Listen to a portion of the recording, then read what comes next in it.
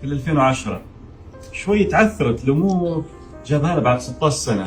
কল্পনা করুন তো, আপনি অনলাইন বা অন্য কোনো মাধ্যমে কোনো কিছু অর্ডার করলেন আর তা আপনার হাতে পৌঁছতে সময় লাগলো পাক্কা 16 বছর। অবিশ্বাস্য মনে হলেও এমনই এক বিচিত্র ঘটনা ঘটেছে লিবিয়ার রাজধানী ত্রিপোলিতে। ত্রিপোলির এক মোবাইল ফোন ব্যবসায়ী সম্প্রতি নোকিয়া ফোনের একটি বিশাল চালান হাতে পেয়েছেন।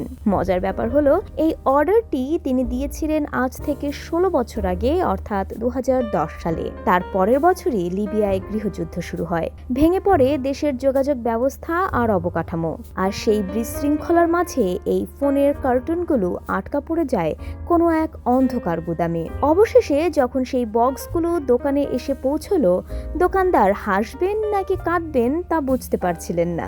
আনবক্সিং করার সময় তিনি হাসতে হাসতে মজা করে বলছিলেন, এগুলো কি মোবাইল ফোন নাকি জাদুঘরের কোনো প্রত্নতাত্ত্বিক নিদর্শন।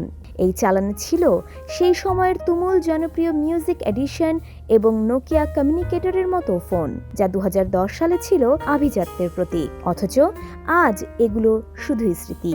আশ্চর্যের বিষয় হলো, ফোনের প্রেরক এবং প্রাপক উভয়ই ছিলেন একই শহর ত্রিপোলিতে, মাত্র কয়েক কিলোমিটার দূরত্ব, কিন্তু সেই সামান্য পথ পাড়ি দিতেই পার হয়ে গেল 1.5 দশক।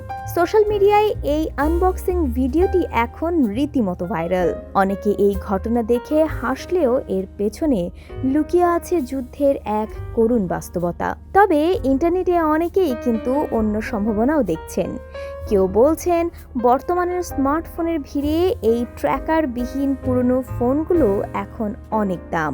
আবার ভিনটেজ এবং পুরনো জিনিসের সংগ্রাহকদের কাছে এগুলো এখন দামি ট্রফির মতো।